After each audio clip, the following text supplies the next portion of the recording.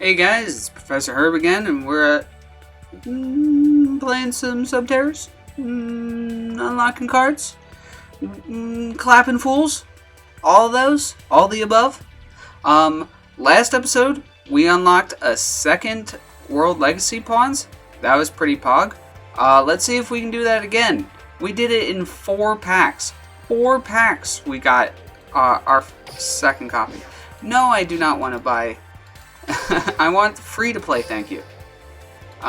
We're just going to jump right into it. We're trying to see if we can get another copy to add to the deck. I highly doubt it.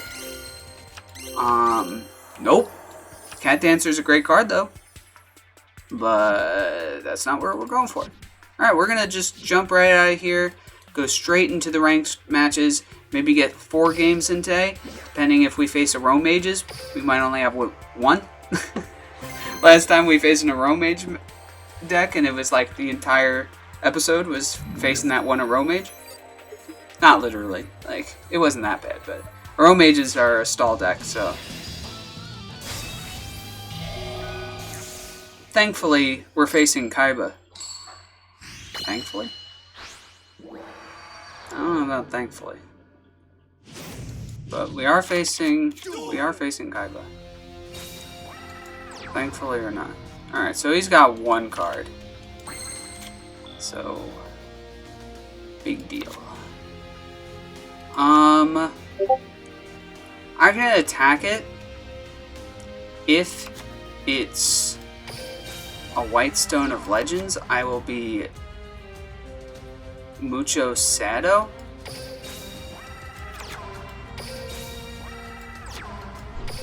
Because then he'll be able to banish one of my back row cards with a Spirit of White Dragon, or Spirit Dragon of White, I think is the official way humans call it.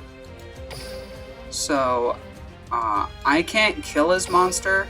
I'm not going to. I don't want to proc an egg if I don't have to. If I don't have to hit a White Stone of Ancients, or an Ancient White Stone of Blue Eyes nonsense, if I don't have to hit one of those things, I won't.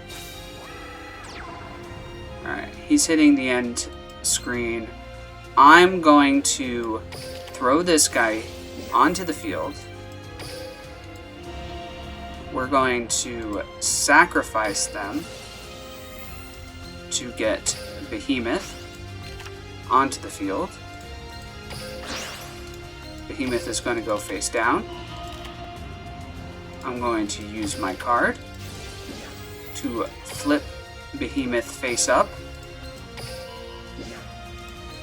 and banish the card he had last turn. I'm not going to get my warrior out of the grave. No. Because I want to... Hey, goodbye, egg. I won't miss you. I won't miss you. Alright, and now we're going to go face down again.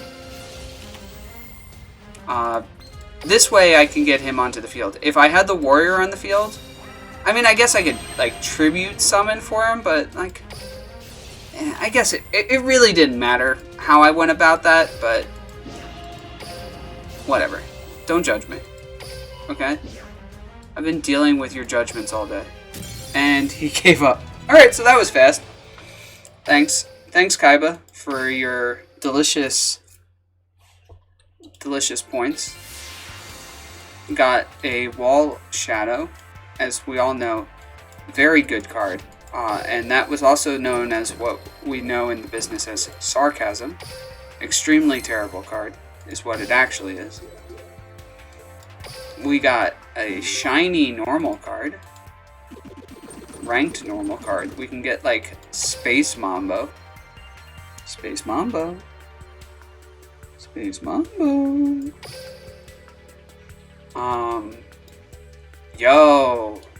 Yo, this was almost a full power Blue Eyes. All it was missing, this was an extremely aggressive Blue Eyes. Extremely aggressive. No defensiveness, no Karma Cut, Torrential Tribute, TTH, you know, that's what some people call it. Extremely aggressive. just trying to crank out wins as fast as possible. He had face down almost certainly a White Stone of Ancients and a White Stone of Legends or some other combination, and I just removed from play those suckers. So, bye-bye. Bye-bye, Blue Eyes. See, that's why I didn't attack. It was a White Stone of Ancients. He would have gotten out the Spirit of White Dragon. He would have banished one of my back row, and I would have been sad, and I didn't have to deal with any of that. I banished his monster. He should have been running back row. He should be running Karma Cut at the bare minimum.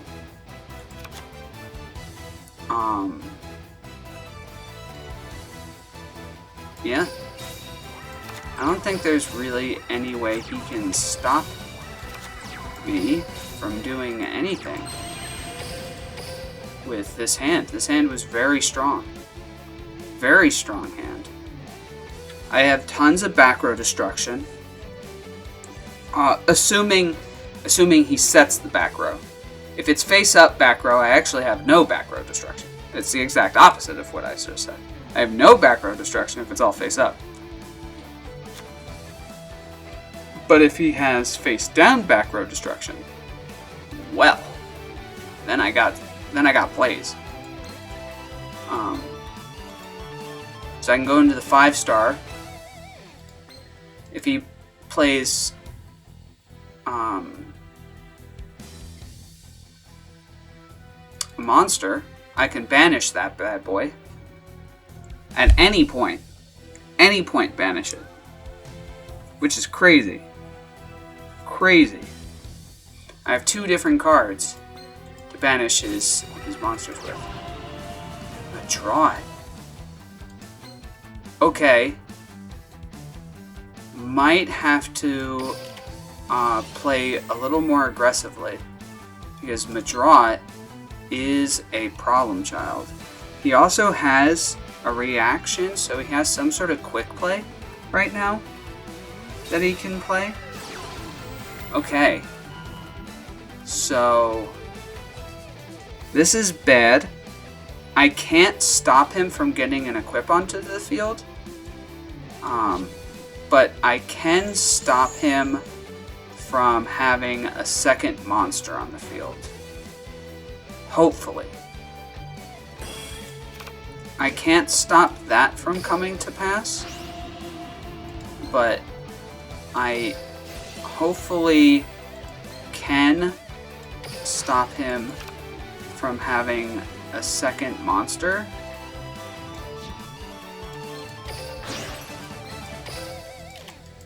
Because now he can't respond to this, so we're going to flip my monster face up defense position, and we're gonna banish his Madrat. And yeah, we'll get my Sub-Terra Warrior back onto the field. Okay, so that was actually a time where I had to play it in a very particular order, because he's playing Noble Knights, and Madrat with an equip on the field is basically a guaranteed win. Like, that's such a huge play on his part, but I just completely ruined his day. So we're going to attack, declared battle, damage step, and 4,700. That was scary. That was legit scary. If he's running even a remotely close to full power Noble Knights deck, then he could have easily beat me if I wasn't super aggressive at removing that Madrat. What skill did we get? 3-star demotion. What is that? Can be used when your life points are 1,000 or below, so like if you're about to die. Until the end phase, reduce the level of all monsters in your hand by 3. This skill can be used on these guys regardless of your remaining life points. This skill can only be used once per duel. Okay. Okay, so the 3 like main guys relevant to the Paradox Brothers, you can make just 4 stars. Which is kind of cool. Or you can make any 7-star into... Alright, that's neat. It's neat. It's not super good. It's not super good, but it's neat.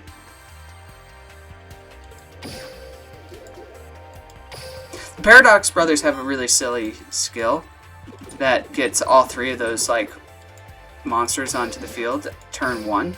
They can attack and they have no effect. But then there's a Exceed that takes 3 7-stars. So because you just start the game with 3 level 7 monsters, you can just Exceed right away. It's really stupid. The Paradox Brothers can do it right at level... right away. It's very silly. Let's see, how close... Alright, so typically, to my understanding, most of the time, Noble Knights are going to, in fact, run more than 20 cards. And so the fact that this guy has 24 cards, in my mind, should say it's not because he doesn't know what he's doing. Because in the past, they did run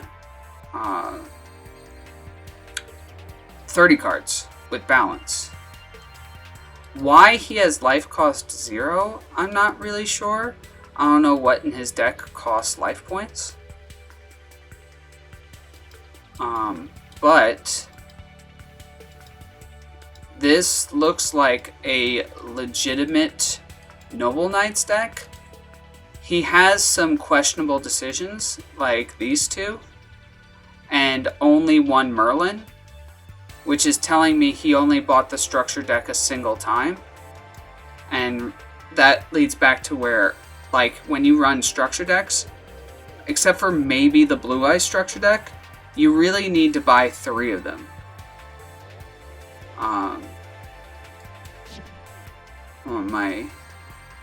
That was weird. My OBS froze for a second there, so hopefully it didn't glitch out. I'll find out later. I'm not going to edit it. Sorry, guys. I'm a little too lazy for that. A little too lazy for that. I can draw, but editing? Not unless I'm getting paid to do it. Anyway. And I'm making these for me. I'm not making it. I'm sorry. I want to say I'm making them for you. I'm not. I'm making them for me. If you guys come watch them, awesome. Banger, you know. Okay, so right now, right away, I'm looking at this and I'm liking my hand to an extent based off of what he runs. He played nothing. So that's kind of scary. It makes me feel like he's playing Luna Lights, which, so be it. Now, I can almost certainly bait out an attack. I won't proc his, what's it called? I could end up proccing his Battling Boxer Veil, though. And then I'd have to deal with the Battling Boxer Veil. I don't know how much I care, though. I don't think I do. Let's see, do I... He obviously has a response. He has either a Sphere Kribo or Arcana Force. There you go. So I baited out one of his hand traps, which is awesome. That's awesome. I'm so glad to bait out. This one he could possibly use during the damage step. During damage calculation, yeah, so he could actually respond with that during the damage step. And that's definitely something I'd rather he didn't do. Okay, so he's going to hit the end step.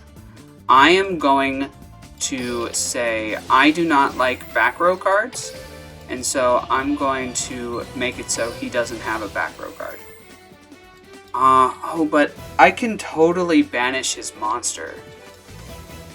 Oh, actually, I have to. I have to banish his monster. I don't have the option for his back row card.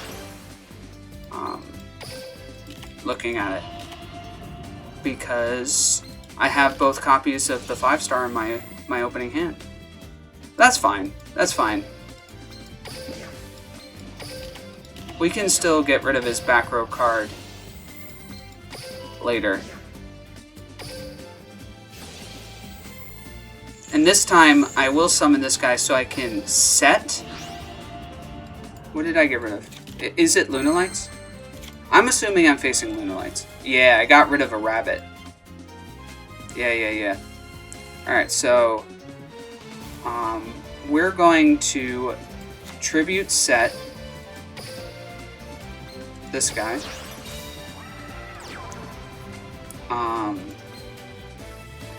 I'm assuming it's the Lunalights, like, trap card.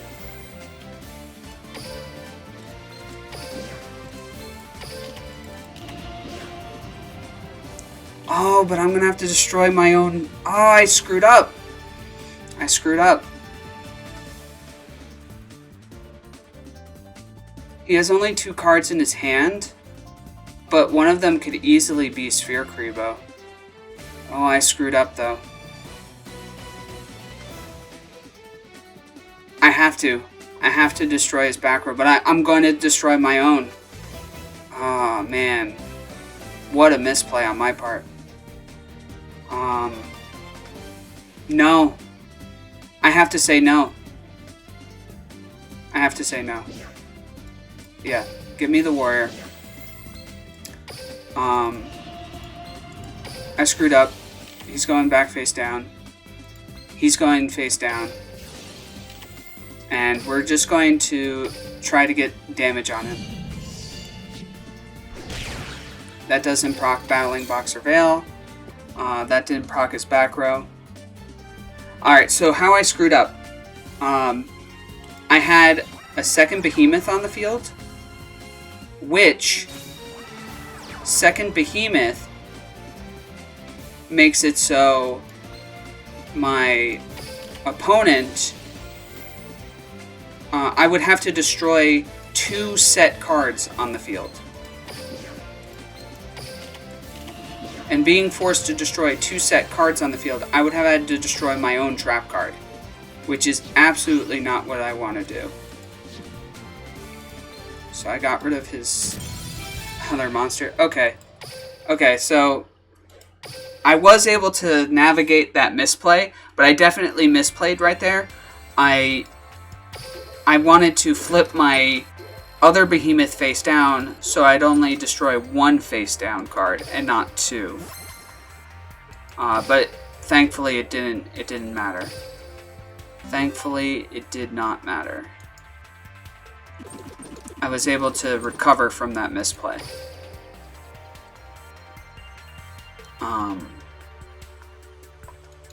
Thankfully this guy's ability is an option. You can target set cards equal to the number of Subterra Behemoths. And I had 2 face-up Subterra Behemoths. And I would have had to destroy his face-down trap and my face-down trap. And I really didn't want to destroy my own face-down trap. So I just let it go. So...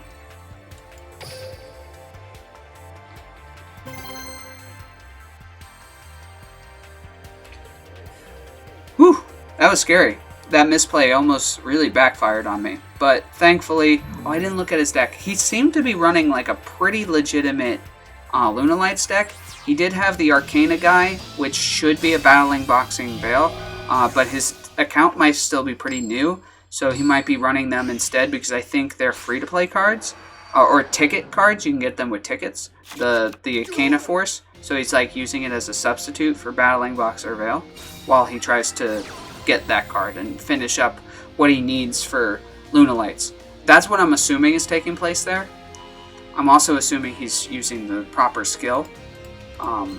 He can get the skill with the skill token, or the skill ticket.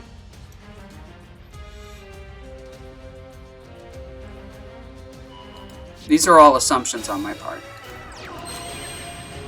So... this is a pretty rough opening turn. Okay, so... what we're gonna do is we have an out. We're going to activate by returning these two to the deck. Now, if his face down card is spell and trap removal, I'm boned. Like if it's Cosmic Cyclone or MST, that's really bad for me. But if it's not, then I should be okay. Alright, cool. And now I'll be able to remove his back row, but...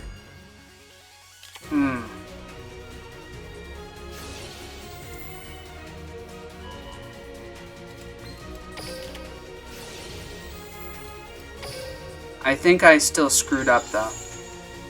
Because I should have played him face up.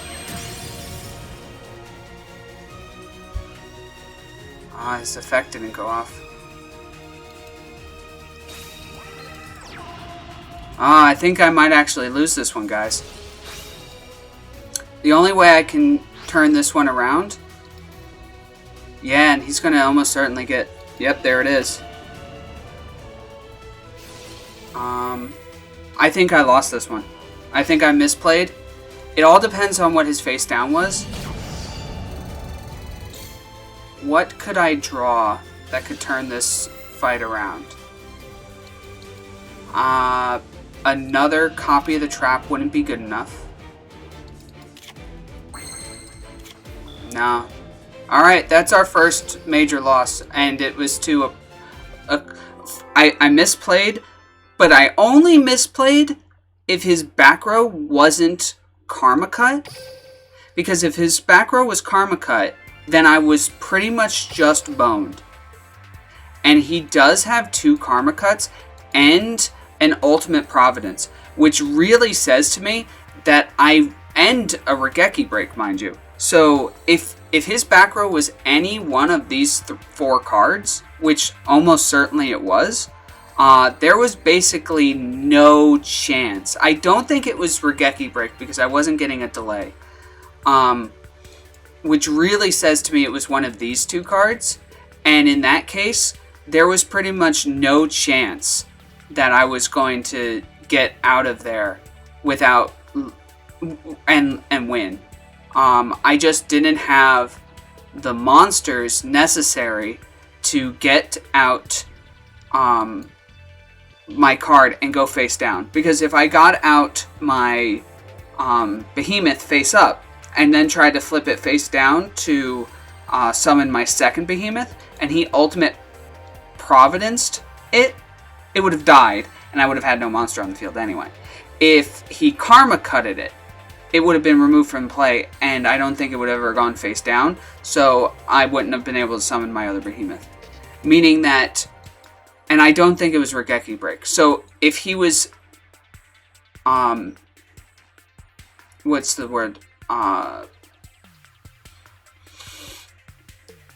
If he was trying to bait me with a face-down card of consequence, and we saw him play his 1 copy of Bingo Machine Go, he could have been baiting me with the cards of consonance, but if it was one of those other 4 trap cards, which it almost certainly was, there was really no correct play on my behalf. I was just kind of screwed. Which makes me feel, I guess, a little better. I don't really feel better about it, but that was the first proper Blue Eyes deck that I faced. Like, that was almost entirely full power. Like, he had 1 Regeki Break instead of 3 Karma Cuts. Like, that's scary that I already ran into, like, a full power Blue Eyes. Or at least as full power Blue Eyes as I'm full power Subterrors. So that's pretty scary. This hand is scary. Holy crap, is this hand bad. I almost want to put 2 cards into the deck just so I have another... I'm not going to do it, but I was thinking it. Like putting out the Labyrinth Wall just to have another 3k defender. So right now I'm like flapping in the breeze with a single monster face down. I might lose this one as well because I have no back row. You know, I mean, that happens, right? Like, just no way of defending myself right now, which really hurts. Special summon Erotic Monster from your hand. The Erotics are an interesting archetype. I don't know how I feel about them.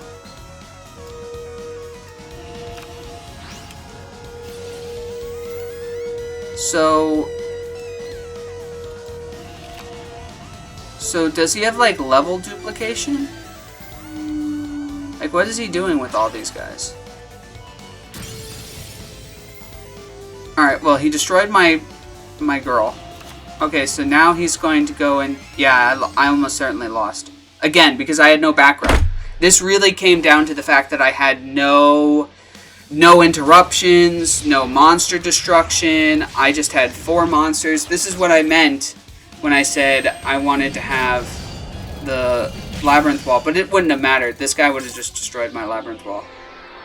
Aw, man. I'm starting to face real decks now. Uh-oh. Uh-oh. Uh-oh, real decks. What happened to Obelisk, the Tormentor? My win streak. No, my win streak. I bricked 4 monsters, no back row. He had 2 Cosmic Cyclones in the deck, 2 downbeats. He had like a pretty legit deck. I mean, it's a Erotic, so its power scale is limited in scale. But it's pretty much as full power as it's gonna be, right? And he can just randomly add a Dragon's Mirror to his hand from out of the game.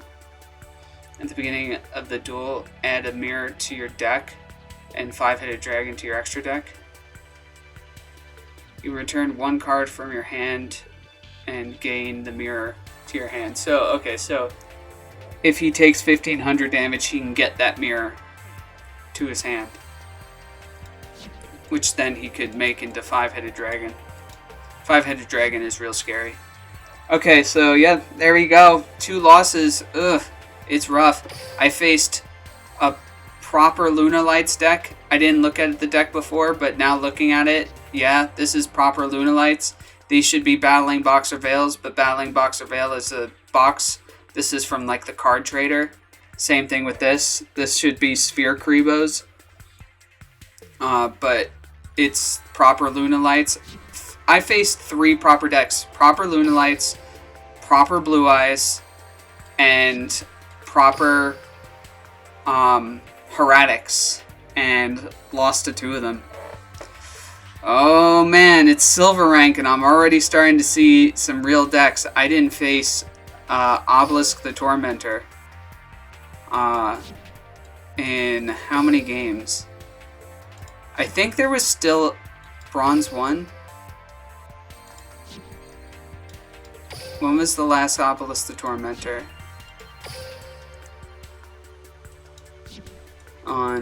I'm curious.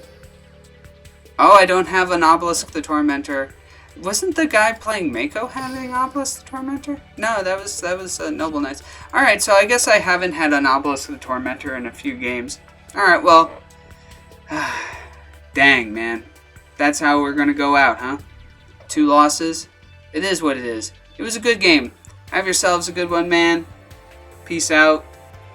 Cub Scout. See you next time. Silver rank is gonna be a B.